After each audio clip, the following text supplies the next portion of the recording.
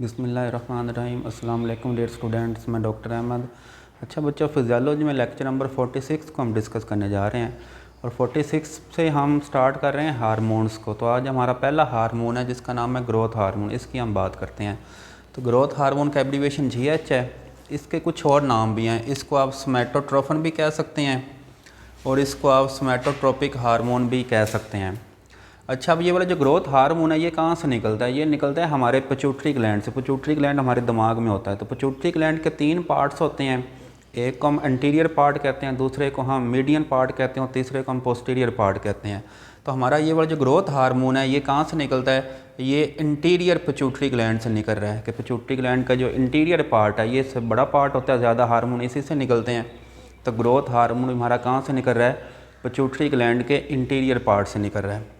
ठीक हो गया। अच्छा, इसके नाम से ज़ाहिर है अगर ये ग्रोथ हार्मोन है तो इसका काम क्या है? इसका काम है हमारी बॉडी में ग्रोथ करवाना। और ग्रोथ किसे कहते हैं? ग्रोथ का मतलब होता है इंक्रीज़ इन साइज़। आप देखें जब बच्चा पैदा होता है छोटा सा होता है, तब ऐसा ऐसा बच्चे का साइज़ बढ़ रहा है। ठीक है, अब बच्चे का जो साइज़ बढ़ रहा है वो इस ग्रोथ हार्मोन की वजह से बढ़ रहा है और ये हार्मोन लगातार हमारी बॉडी में 18 साल तक निकलता रहता है। अगर तो ये हार्मोन नॉर्मल निकल रहा है तो फिर हमारी ग्रोथ भी नॉर्मल होती है। अगर इस हार्मोन में कोई कमी आ जाए तो फिर आपको पता है वो जो बच्चे होते हैं वो छोटे कद के रह जाते हैं, उनका कद जो है वो ज़्यादा नॉर्मल नहीं होता। अच्छा, अगर हम इस हार्मोन की नेचर की बात करें तो ये हार्मोन पेप्टाइड इन नेचर है। पेप्टाइड कहते हैं छोटी प्रोटीन को। ठीक है, तो छोटी छोटी प्रोटीन्स को हम पेप्टाइड कहते हैं। तो इसकी नेचर क्या है? ये पेप्टाइड इन नेचर है। अच्छा, अब इसके सारे बेसिक फंक्शन स्टार्ट हो गए हैं कि ये हमारी बॉडी में ग्रोथ करवा रहा है, लेकिन ग्रोथ कैसे करवा रहा है? तो पहला इसका जो इफ़ेक्ट है वो है प्रोटीन मेटाबॉलिज्म के ऊपर। तो ग्रोथ हार्मोन का काम होता है इसने हमारी बॉडी में प्रोटीन को बनाना है, इसने हमारी बॉडी में प्रोटीन को सिंथेसाइज करवाना है, क्योंकि प्रोटीन होगी तो हमारी बॉडी में ग्रोथ होगी। तो अब देखें यहाँ पे ये anabolic effects on skeletal and cardiac muscles, कि हमारे जो स्केलेटल और कार्डिक मसल्स हैं उसमें क्या करवा रहा है? Anabolic effect. एनाबॉलिक इफ़ेक्ट का मतलब होता है दो छोटी चीज़ों का मिलकर बड़ी चीज़ का बन जाना। तो इसने बेसिकली बनाना है प्रोटीन को। तो प्रोटीन बनी होती है अमाइनो एसिड्स की। तो अमाइनो एसिड छोटे होते हैं, प्रोटीन बड़ी होती है। तो ये क्या करता है? अमाइनो एसिड्स को पहले सेल के अंदर लेके आता है, फिर अमाइनो एसिड को आपस में मिलाता है और उनके मिलने से क्या बन जाती है? प्रोटीन बन जाती है। And help in synthesis of protein DNA और RNA। तो ये प्रोटीन DNA और RNA बनवा रहा है और ये चीज़ें आगे ग्रोथ में हेल्प करती हैं।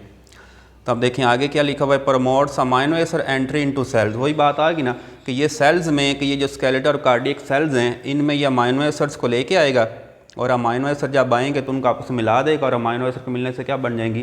प्रोटीन बन जाएंगी। और फिर इसने क्या करना है? Decrease the catabolism of protein. इसने प्रोटीन को टूटने नहीं देना। कैटाबॉलिज्म कहते हैं किसी चीज़ को तोड़ देना, किसी बड़ी चीज़ को तोड़ के छोटी चीज़ों का बन जाना, उसको कहते हैं कैटाबॉलिज्म। तो एनाबॉलिज्म और कैटाबॉलिज्म एक दूसरे के उल्ट होते हैं। तो इसने प्रोटीन को ये एनाबॉलिक रिएक्शन के ज़रिए बनाना है और इसने प्रोटीन की कैटाबॉलिज्म नहीं होने देनी। और उसके बाद है इसका इफेक्ट है ऑन कार्बोहाइड्रेट मेटाबॉलिज्म। तो it helps in hyperglycaemia. Hyper का मतलब होता है ज़्यादा और ग्लाइसीमिया कहते हैं ग्लूकोज को। ग्लूकोज एक कार्बोहाइड्रेट है। तो इसका काम है हमारी बॉडी में ग्लूकोज की मिकदार को बढ़ाना, क्योंकि जितना ग्लूकोज होगा उतनी हमारी ग्रोथ क्या होगी? ज़्यादा होगी। और ये एंटी इंसुलिन इफेक्ट है। इंसुलिन एक और हार्मोन है, ये आगे हम बात करेंगे। तो इंसुलिन का काम होता है हमारे ब्लड में ग्लूकोज लेवल को लो करना, और लेकिन ये वाला जो ग्रोथ हार्मोन है ये क्या कर रहा है? ये ग्लूकोज के लेवल को ज़्यादा कर रहा है। तो इसका क्या मतलब है? इंसुलिन और ग्रोथ हार्मोन एक दूसरे के उल्ट काम करते हैं। अच्छा, इसके बाद इसका इफेक्ट है फैट मेटाबॉलिज्म के ऊपर। तो ये क्या कर रहा है? Catabolic effect in adipose tissue. Adipose tissue हमारी बॉडी में वो टिश्यू होते हैं जहाँ पे फैट जमा होती है। तो इसने क्या करना है? इसने एडिपोज टिश्यू को तोड़ना है। तो जब ये एडिपोज टिश्यू को तोड़ेगा तो एडिपोज टिश्यू के अंदर क्या होती है? फैट होती है। और फैट बनी होती है दो चीज़ों से, एक फैटी एसिड होता है तो दूसरा ग्लिसरॉल होता है। तो ये फैट को तोड़ के उसमें से फैटी एसिड और ग्लिसरॉल को निकालता है और फिर ये फैटी एसिड ग्लिसरॉल कहाँ पे आ जाते हैं? ये हमारे प्लाज्मा के अंदर आ जाते हैं। ब्लड का जो पार्ट होता है प्लाज्मा, तो उसके अंदर आ जाते हैं फैटी एसिड ग्लिसरॉल। फिर ये क्या करते हैं? हमारे डिफरेंट बॉडी टिश्यूज़ में जाते हैं और वहाँ पे क्या करते हैं? ग्रोथ में हेल्प करवाते हैं। अच्छा, फोर्थ इसका फंक्शन है इफेक्ट ऑन इनऑर्गेनिक मेटाबॉलिज्म। हमारी बॉडी में जितने भी इनऑर्गेनिक आयंस होते हैं ये भी, इनको भी ग्रोथ हार्मोन क्या कर रहा है? इन तमाम आयंस को हमारी बॉडी में ज़्यादा कर रहा है। कैसे कर रहा है? देखें, it increase the retention of phosphorus and calcium in body fluids. तो अब देखें, ये हमारा जो हमने जो रीनल की बात की थी, किडनी के, किडनी क्या कर रहा है, फिल्ट्रेशन का काम करता है, और फिर किडनी से वो जो यूरिन बनता है, यूरिन के अंदर ये आयंस होते हैं, तो ये हार्मोन क्या करता है, इन आयंस को यूरिन के अंदर नहीं जाने देता, बल्कि वहाँ से उनको रीअब्जॉर्ब कर लेता है।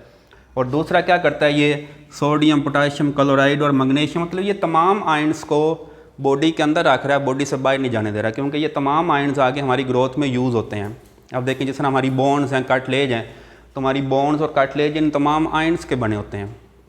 ठीक हो गया, तो ये इनको बॉडी के अंदर रखेगा तो ये तमाम चीज़ें ग्रोथ में यूज़ होती हैं। और लास्ट इसका फंक्शन है effect on bone, cartilage and soft tissues. तो बोन हमारे पास एक हार्ड टिश्यू होता है, कार्टिलेज सॉफ्ट टिश्यू होता है। तो ये क्या कर रहा है, promotes growth in bone and cartilage. तो ये बोन और कार्टिलेज को हमारी बॉडी में ग्रोथ करवा रहा है, उनके साइज़ को बढ़ा रहा है। इंक्रीज थिकनेस ऑफ स्किन, इससे हमारी जो स्किन है वो थिक हो रही है। इंक्रीज ग्रोथ ऑफ विजरा, विजरा कहते हैं इंटरनल बॉडी ऑर्गन्स को, जिस तरह हमारी बॉडी के अंदर लीवर है, हार्ट है, स्टमक है, किडनीज़ हैं, तो इन सब को कहते हैं विजरा। तो इन सब की ग्रोथ कौन करवा रहा है, ये ग्रोथ हार्मोन। और लास्ट पे इंक्रीज मिल्क सिक्रीशन। अब देखिए हमारे पास जो मैमल्स होते हैं, जो लैक्टेटिंग एनिमल्स होते हैं, जो दूध पैदा करते हैं, तो उनके मेमरी ग्लैंड्स के अंदर जो मिल्क सिक्रीशन है, जो मिल्क का पैदा होना है, ये भी किसकी वजह से है, ये भी इस ग्रोथ हार्मोन की वजह से है।